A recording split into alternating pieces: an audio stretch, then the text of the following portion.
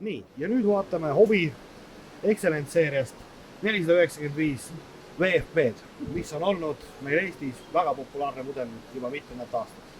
Lähme vaatame lähemalt, kust tuleb see tema populaarsus. Panipaik voodi alla, korralikult suured uksed, samamoodi korralik pääsevõrk on ukse ees, väga avar, istumisruumi 4 vabalt, kus oleks seal otsas on meil laste jaoks koht. Samamoodi laud liigub, saab igast asendisse panna. Hästi palju sahtleid, viita, kraanikauss, nagu Hobile omane. 150 liitrit Slim Tower külmkapp, mis mahutub hästi palju. Siit saab panna lisavaheseina, kui tahad magamistuba seda eraldada. Korralik suur voodi, kuhu alla samamoodi. See on nagu välisest luugist, pääseb siit poolt ka siia. Et vaadata, mis siin on. Suur riidekapp. Ja nüüd on jälle selle mudeli üks suuri. Tegemist on alla 6 meetrise vaguniga, 1500 kilosega.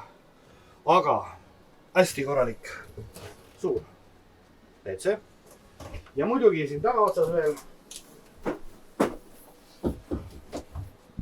tõsiselt korralik duširuum, mis on sellisele väikse maguni puhul väga arvutane. Ehk siis nii palju sellest Hobby 495 VFB-st, mis on tõesti väga populaarne. Tänud tähelepanu eest ja jälgige matkasuvilat.ee, kus alati rohkem infot.